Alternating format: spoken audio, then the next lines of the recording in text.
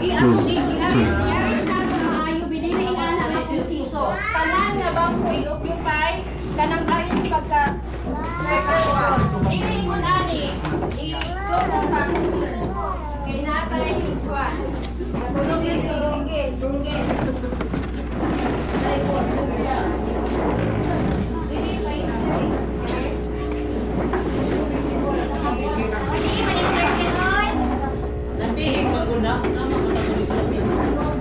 Wala na eh. Oblong. I-oblong na lang. Kaya naman ganyan ma-circle. I-oblong na lang.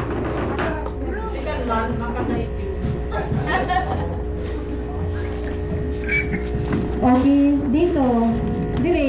Wala rin ko diri ah. O sige. Makinig lahat. Dili lang yun po.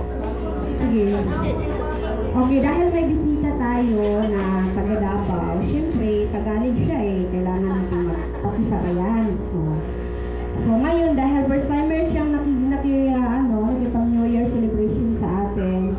So, ibigay natin ang time sa kanya para magsalita kung ano yung nararamdaman niya, ano yung pakiramdam na nakisamba siya sa atin, tapos ano yung first time na na-feel niya kasi Catholic kasi siya, tapos tayo born again, tapos syempre first time niyang nakisamba, nakasama tayo, kaya dapat marinig din natin kung ano yung pwedeng sabihin niya, pwedeng maramdaman niya, kaya ngayong time na to, ibibigay ko na tong microphone sa kanya.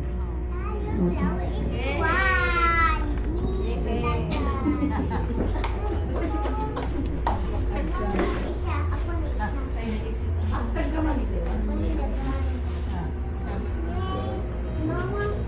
Sige na, okay na eh.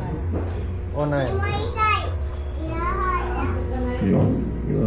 Medyo on the spot ako ngayon. So, hindi ko alam anong sabihin. Parang nawala ako sa script. Ayun.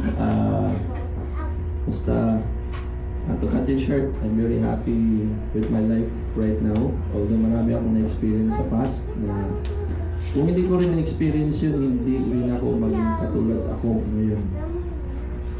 So,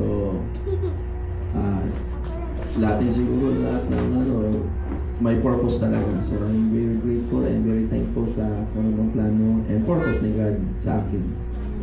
And now,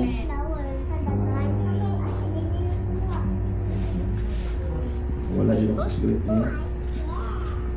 Okay. Right.